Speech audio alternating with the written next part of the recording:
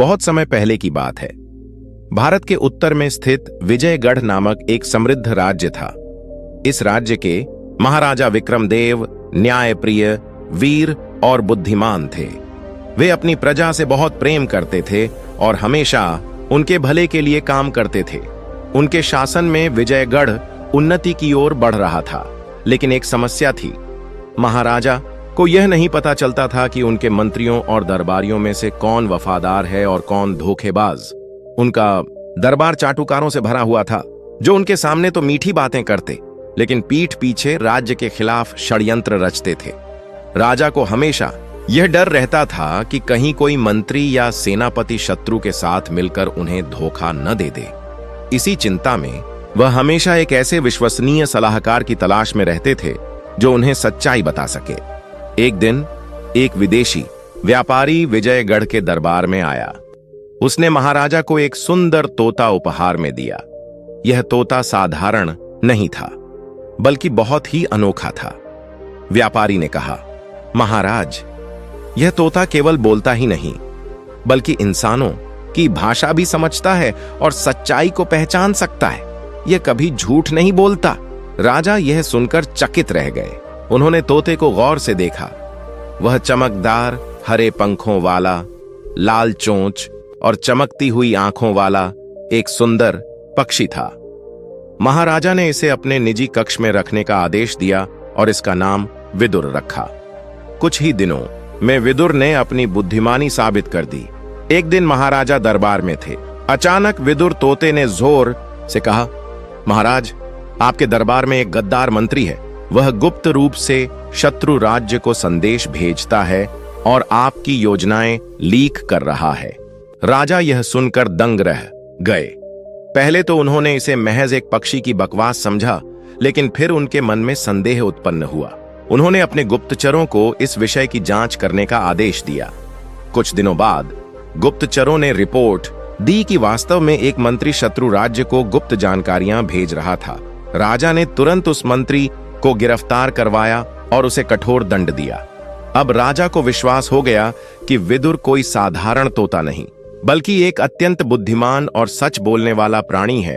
राजा विदुर को बहुत पसंद करने लगे। वे उसकी सलाह को गंभीरता से लेने लगे। यह देखकर कुछ मंत्री जलने लगे। यदि यह तोता इसी तरह सच्चाई उजागर करता रहा तो हमारी बेईमानी और चालाकियां भी उजागर हो जाएंगी। अब इन लालची मंत्रियों ने एक योजना बनाई। उन्होंने सोचा, हमें किसी भी तरह से इस तोते से छुटकारा पाना होगा, नहीं तो यह हमें बर्बाद कर देगा। रात के समय जब राजा अपने कक्ष में विश्राम कर रहे थे, तब 4 मंत्री चोरी छिपे विदुर के पिंजरे के पास पहुंचे। उन्होंने उसे मारने की योजना बनाई।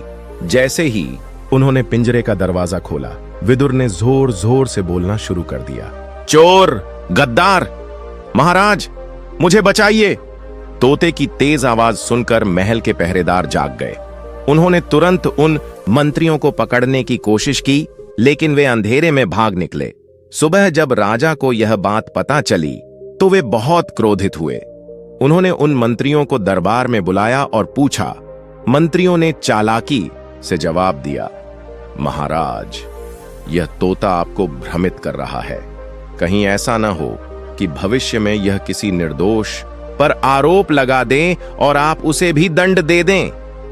राजा सोच में पड़ गए। वे जानते थे कि विदुर ने पहले भी सच्चाई बताई थी, लेकिन मंत्रियों की बात में भी तर्क था।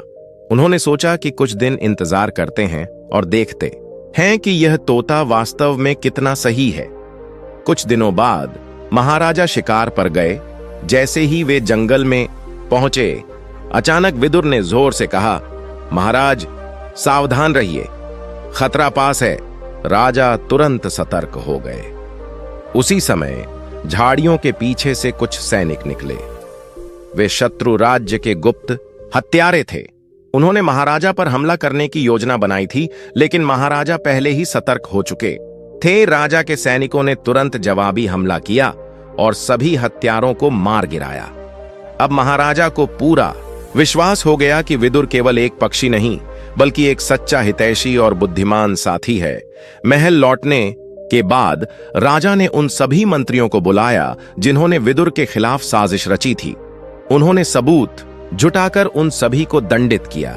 इसके बाद राजा ने विदुर को महल के सबसे ऊंचे स्थान पर रखने का आदेश दिया और कहा, आज से विदुर मेरा सबसे बड़ा सलाहकार होगा।